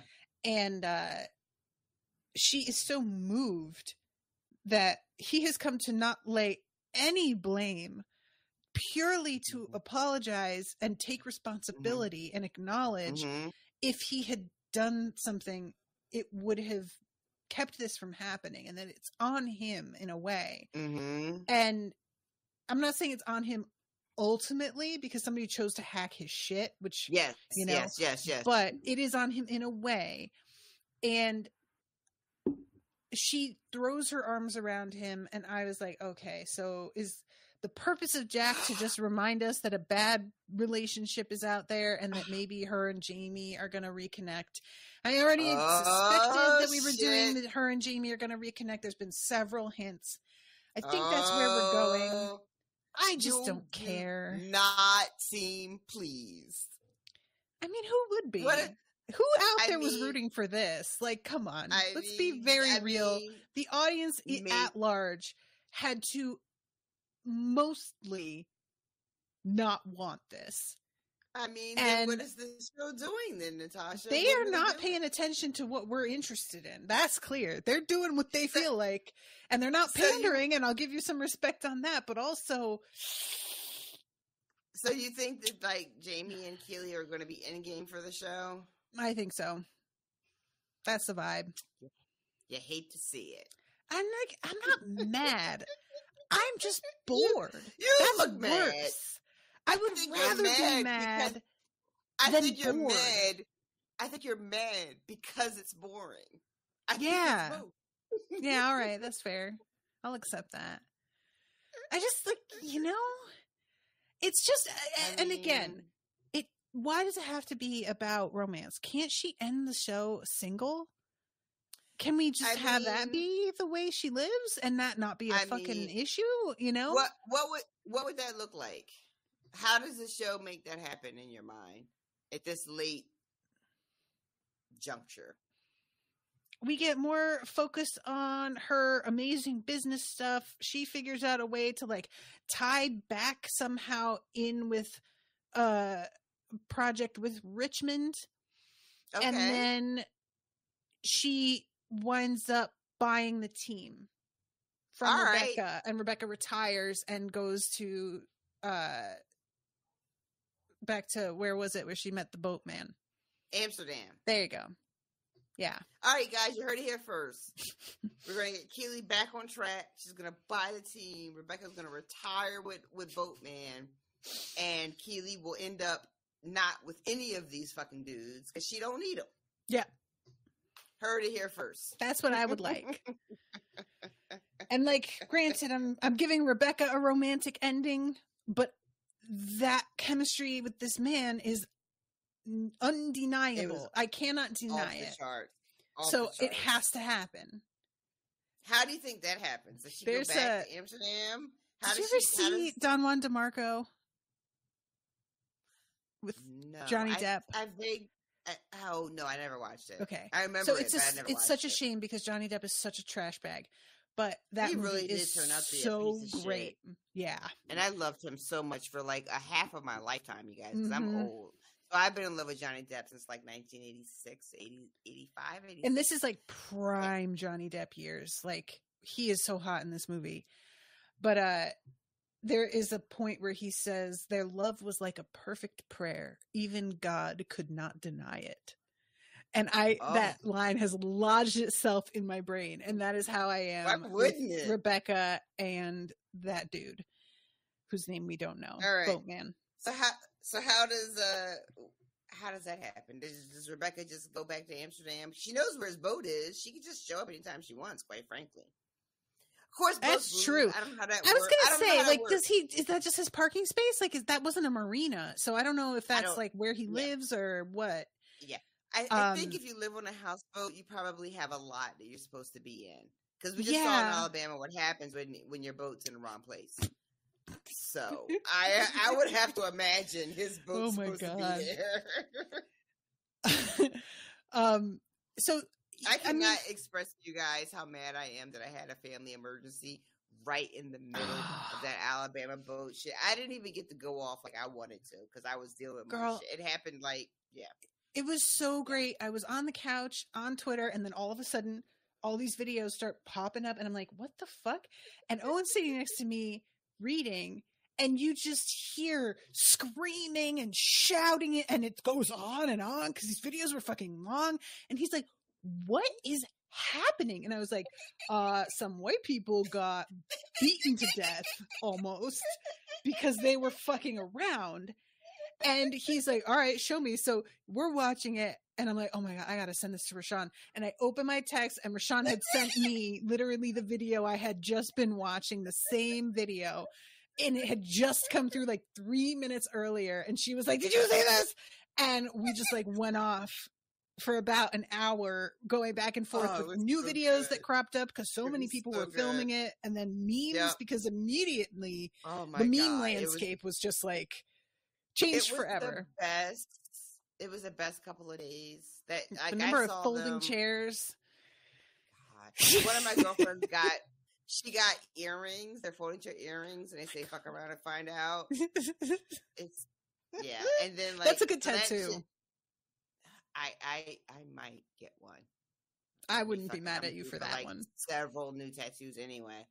But yeah, all that shit popped off like Sunday, like late Saturday, Sunday, and then by Monday I was dealing with hospital bullshit. But yeah, it was. I just finally got to talk to my mom about it like yesterday because things have been so crazy with me. I didn't have to talk to my mom about it. We cackled. Me and my 76-year-old mother, we fucking cackled. If you guys haven't seen the actual videos and you've only seen like stills for memes and stuff, I highly recommend it because you have never seen people for the tide to turn the way it did. Glorious. And it turned like the white people trying to beat this man was a gutter trickle.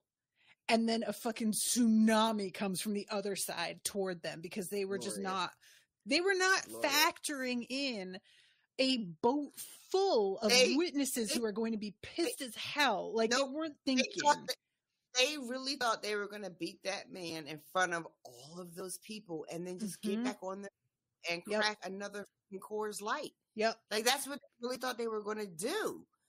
And I saw so many videos. It was like 20 minutes before the shit jumped off. You know, the riverboat had a whole ass band on it, right? Because it's like a cruise. I wish they were playing during that whole thing. They did.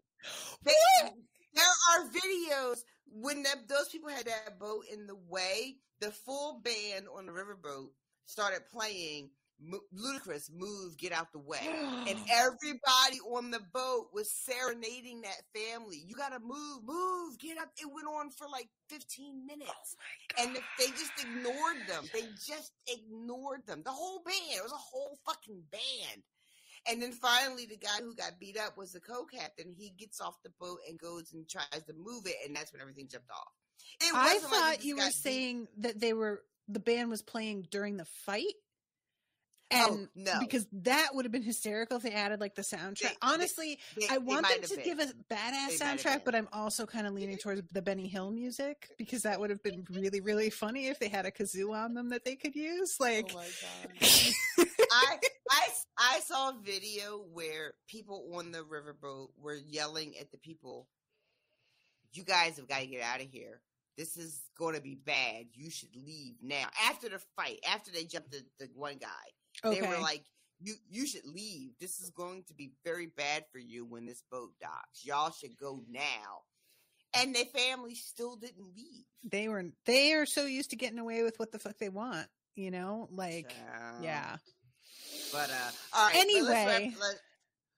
So the Keeley thing, like I said, I just really wanted something else for her this season. I'm hoping that we could still potentially pivot in that direction. It doesn't feel like we're gonna because of what they're doing with Jaime. So I'm not trying to hold out too much hope, but I just want women's relationships to not always be the defining thing for them in drama. And it's not like she's the only one, you know. We've got Ted's relationship with his ex-wife being such a huge deal with him. It's not like she's singled out, you know. Oh God! All right, let's just jump to Nate. We're running out of time. Yeah. What are they doing? So Nate, I love this cut from the Diamond Dogs right to Nate trying to bring up the love hounds. Like he thinks this is going to work, right? First. We're with Nate in bed with Jade. That's before the Diamond Dogs. He goes and assembles his love hounds because she is like, I'll be casual, you know, and he wants to know about it. Yeah. What are we jumping to them in bed for? He just got the nerve up to ask her out, and then we just have an episode where they've been sleeping together? Remember, this episode starts with a time jump. Remember all the games that we see? I don't care, though. Okay. I don't care. It's not satisfying as a viewer to jump to this when I don't know her at all. Okay, that's fair. I don't know her. All I have seen of her is her being a cunt a lot of the time. I mean, truly, I enjoy her, but she's been a huge douchebag a lot, many times. And then he asks her out, and now we have pivoted to this like relationship thing that I'm like, what? We really don't get to see how it develops. We don't get to get an understanding of what the relationship really is. Yeah. How we got here.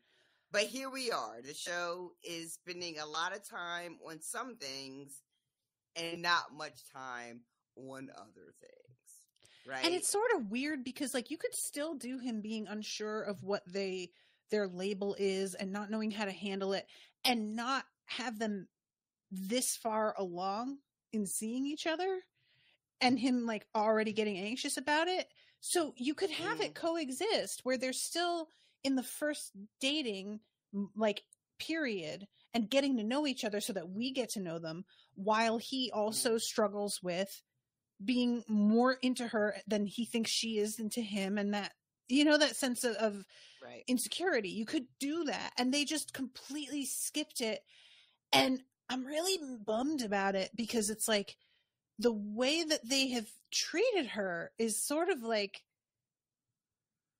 she was just a blank slate for his plot and not and there's no like character development of her, and now they're just together and it feels like I don't believe that this happened.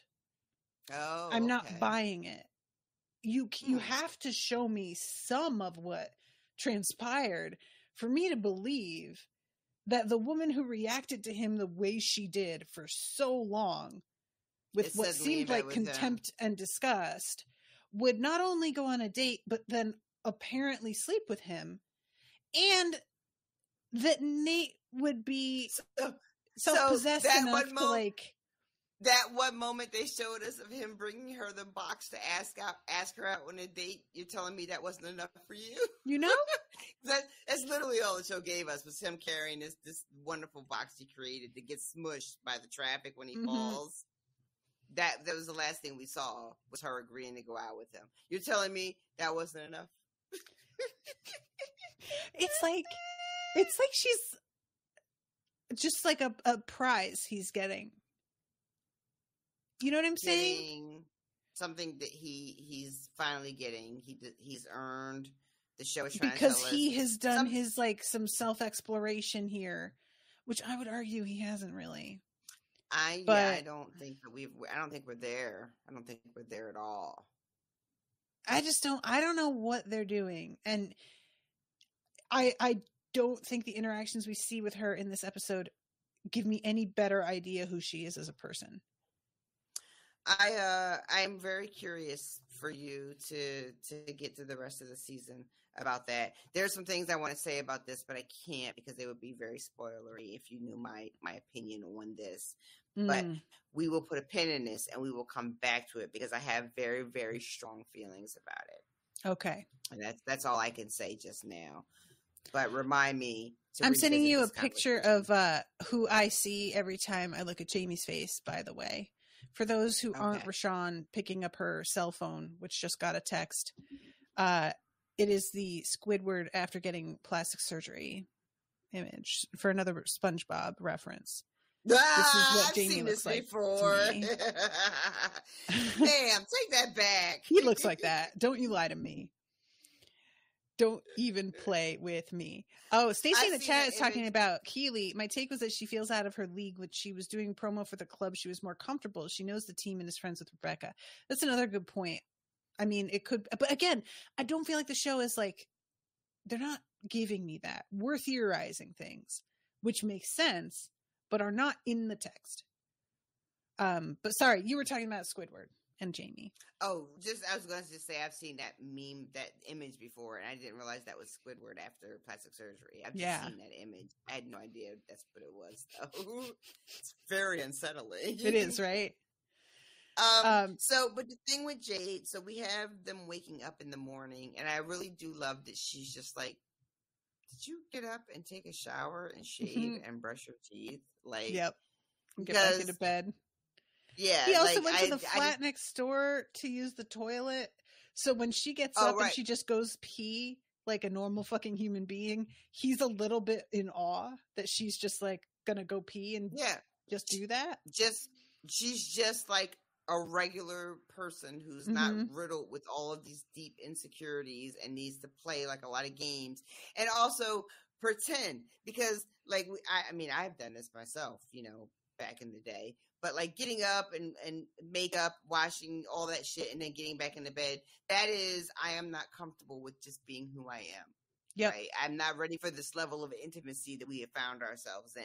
Yep. And his reaction versus Jade's reaction to just waking up in the morning in bed with somebody are so different, and really does show where they She literally breathes her bad breath into his face. Yeah. I love Jade. I've always I'm saying, I like her, but I don't know but her. No, you're and then he does the love hounds. And it goes very badly. The two dudes, one of them just says, don't show women how you feel because it's too expensive, because he's been married 3 times. And the other says, I hear when you like women, you should insult them. And I really appreciated that. I worried that maybe he would fall for that, but Nate just immediately calls an end to the love hounds and just completely moves on. This is a mistake. Yeah, we'll never do this again. Also, he has invited Rupert to this meeting because that's how delusional Nate is. And then Nate does in my opinion, a very rookie mistake. He calls Rupert on speaker and gets Miss Cakes, who then has to be like, yeah, he's not coming to that. Is he busy? No. And then hangs up. Yeah. So that makes Nate look especially foolish. Also, quick mention, I don't know what's going on with that sofa in Nate's office, but you just see how low to the ground they were compared to where Nate was. Oh, yeah. He ordered that sofa with the legs removed. That was a power move. Or did Rupert set the office up? He didn't. Rupert would do this sort of thing much more subtly. I don't know if would do Nate something is in a this position janky to set up his furniture in his office. I'm going to stand by it. All right. Realistically, maybe not. But he has been so adhering to the hierarchies of who he's going to bother speaking with and responding to on the escalator. People greet him and he fucking ignores them. Oh my God. Choosing this sort of furniture feels very within that view of the world, But yeah, I love to see that one guy just, are we in trouble? Am I in trouble? Am I in trouble? Because this whole environment is not the same environment as Richmond. You get caught into an office, they are all automatically assuming we are in trouble now, because this is not how they function there. And I just love that was, even though it's sort of like a joke, because it's this really nebbish, sort of what's going on kind of guy. But I love that that's included, because it's just a testament that no, they don't do that here. You're calling me in your office. There's a fucking problem. Why? And also the fact that Nate's trying to frame it oh yeah, we're just gonna all share things and talk about stuff, and then the one dude tries to say something about caring for his aging parents, and he immediately steamrolls him. Yeah, no. I'll start. He says, because Nate just wants to do the thing that he needs for himself. He wants to talk about his shit. Yeah, he doesn't really want to hear about your shit. Yeah. So Nate, I have a recommendation for you. Get therapy. Been saying, gonna continue to say. Go ahead, bro. That is the fucking, it could be just a tagline of this entire series. Get therapy, please, everyone. I really kind of appreciate how many shows are just going with that message these days. It's like we're all collectively having an awakening of God, we are fucked up. Huh, maybe this isn't everybody else's problem. If only we had a healthcare system to support this awakening. It would be something. But alas. Sorry, it's just gotta laugh. And then things end on him with Jade and her looking like she comes over because she's asking if he wants to celebrate. And he says, celebrate what? And she's like, you won the game today. And he says, well, I'm already on to planning the next game. And she says, enjoy your success. Like, do that. And gets him to sort of slow down. And then points, and it's the photo of Ted, Beard, and Henry at the game that he was looking at and smiling and seeming very warm about. And it's a nice moment. She says something about, like, there it is. I like my boyfriend's smile. I like when he's happy. And he's like, boyfriend. There it is. I also noted that her hair is going gray at the roots, and it's going with Nate's hair. And I don't know if that's like a purposeful choice of her. I love it. You know, but like, yeah. I want to mention too that he gets a text from Rupert because Rupert is like, sorry, Ted showed up at the game. We'll make sure that doesn't happen again. Mm-hmm. And at first, Nate's response is going to be something like, it wasn't no big deal. And then I thought it was funny. Yeah, right. And then he changes it to just like, thanks, make sure that, Good. I appreciate it. Yeah. Yeah. So that's, again, this Nate trying to, like, not knowing who he is and trying to perform for Rupert and be like what he thinks Rupert wants, which is like the opposite of what his natural instinct is in these moments.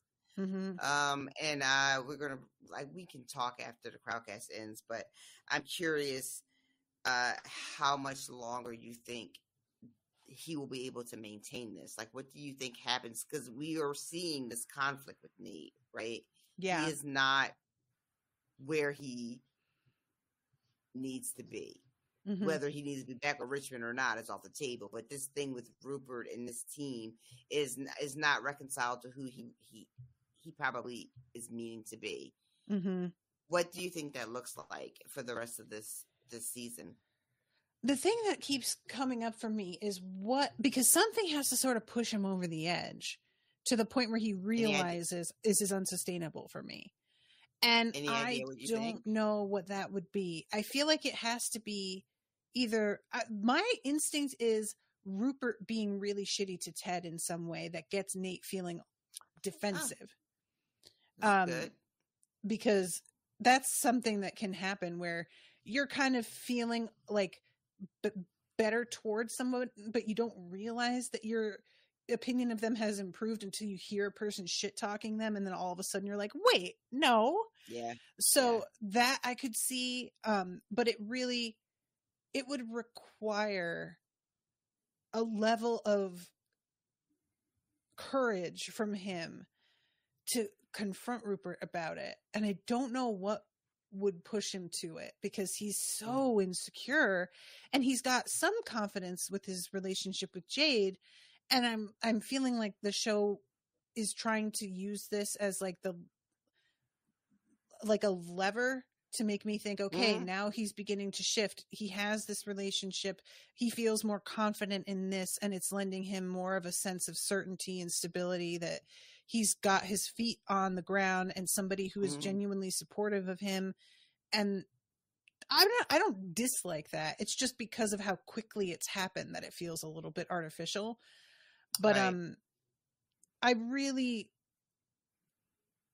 my main concern is like what I want is Ted realizes that he doesn't want to coach football anymore, and he goes home, and Nate takes over Richmond after Ted leaves. Okay, that's my end game. But I don't know how much he can piss Rupert off and not get blackballed.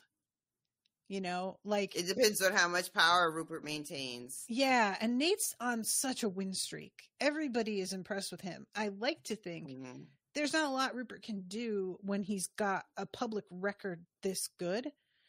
But Rupert's also very devious, so I don't know. You know? Yeah. A lot of things would have to happen, that seem like would be really, like, it's hard to imagine where we are right now. Yeah. But like imagining Nate walking away from this incredible success he's experiencing with this team on the pitch, but has all this internal turmoil in the back office and maybe not liking who he's becoming. Maybe he thought he was ready to be this person, this like black suit wearing tough guy, but realizing that's not who he is either. He's just wearing another disguise. Yeah. And then like your point about Rupert has an incredible amount of power. I'm so concerned about that. As an owner, as a billionaire, and the damage he could do if he really wanted to make it so that Nate never worked again. He probably could pull that off if he wanted to. So then you have to imagine a situation where somehow Rupert wasn't able to do that. And then what does that look like, And then the idea of like, wishful thinking, Nate comes back to Richmond. Well, some shit's got to happen for that to happen too. Like how does that work?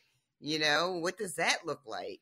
So this is episode 8, and there's still a lot left to do and a lot left to talk about, and our faves are fucking wrapped up in Jack nonsense and yeah. So we'll see. I'm so excited for this back half too. I can't wait for you to see what ends up happening. Yeah, I'm really curious because, knowing that there's not another season after this, it's just adding a lot to the sense of stakes. This is our one chance. And I think I told you at the beginning of this, that was one of the recurring concerns of viewers was, hey, this is a finite amount of time to tell the story. Yeah. What are you doing filling it with all this shit? That was a recurring thing. People just being like, this is great. These new characters are really funny, but also we don't have all day. Yeah. So I get that. Yeah. I'm more okay with it in general, but I just feel like there were better ways to do it. And again, if I'm just so mad about the whole Jack thing in general. I'm just so mad about it. I can't wait for you. I cannot wait. I'm so excited. Pippin is asleep over here. Did you hear him? He was dreaming. I didn't. He was making the craziest noises because he was trying to like bark in his sleep, and it sounded like he was like burp snoring, and his legs were moving. I was very distracted. That's cute. So real quick, I want to say hi to new patrons this week. Unless you have something else you want to say before. No, I think I didn't even have it playing because we were going by person, so I didn't even bother playing the episode. So I think we covered everything, but yeah. But no, I don't really have anything else to add. Just I'm super excited for the back half of the season.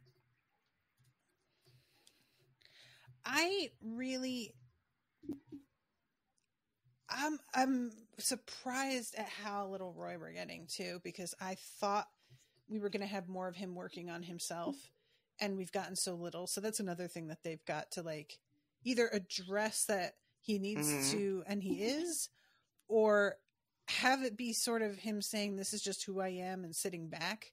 And the way that he approaches Keeley this episode, it feels like it's being highlighted that he still has work to do.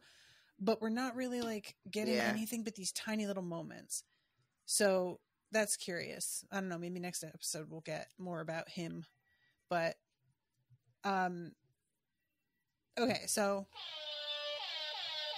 a new patron. You just said he was napping and he blew that air horn. My God, ma'am. It's okay. He naps literally all day. I just can't believe he did that. So over the past 2 weeks, I got 2 new patrons. We have Morgan Reeves and Vicky. Welcome to you both. Delighted to have you. Really hope that y'all are enjoying the patrons only content. I also wanted to mention that I have been doing like some resin art. If you have been watching my socials, you will have seen the videos, or if you are in the crafting channel on Discord. And I am going to start doing some little giveaways with bookmarks I've made, which are actually really cool looking. And I'm pretty happy about this whole little hobby of mine. So if you are interested in a pretty neat Halloween-y themed bookmark, or potentially also just autumnal theme. It may not be Halloween specific. Just to keep an eye out, because I'm planning to do some things with like sharing posts on different platforms. I'm also thinking of doing something for like all the new patrons within a given span of time.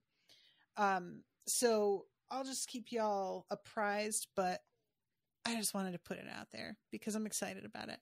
I was talking to RoShawn about it the other day, just like the resin thing I started to do just because I thought it was fun. And then I started to realize there's going to be all kinds of little tchotchkes. If I do this, what am I going to do with all that stuff? Because I famously don't need more stuff. And it came to me, if you make stuff that's flat, you could just ship it in envelopes and that would be very easy. And that was when I came up with doing this as a promotion thing. But it was really nice because that came second. And the resin is really just because I enjoy doing it. And it really stuck out for me suddenly. As you get older, you rarely do anything just because you want to. It's almost all because you have to. Even if you also enjoy it, late stage it's still because you have to. Isn't it such a sad thing? And it's not like, I'm not trying to put it as, as you get older, you just lose your sense of fun. No, like the world beats you down and makes it so you have no energy for anything enjoyable. But what a shame. Like, do you remember being in school in like second grade and making little like hand turkeys at Thanksgiving? That's so funny that you use. I was literally just thinking hand turkeys. It's so funny. There that you go. Just said that. Just like basic craft stuff that is just fucking around for the fun. You don't worry about like how it's gonna look in a photo. You're just doing something to see how it looks. And once you're an adult, everything you should do has to like have a monetary value. Exactly. Even if we don't say it out loud, if it is not producing something that's going to give you money to do your adult things, then it is childish and you shouldn't waste your time on it. Yep. And I mean, I'll be honest, even with the resin, there is a little bit of me seeing like people making objects that aren't practical. Like, I'm doing like bookmarks, coasters, trays, cups, things like that are usable. But then I'm seeing people making like little frogs. And my instinct is like, and for what? What do you do with it? It just sits there and you just look at the frog like, really? And then I have to be like, girl, yeah, it's fine.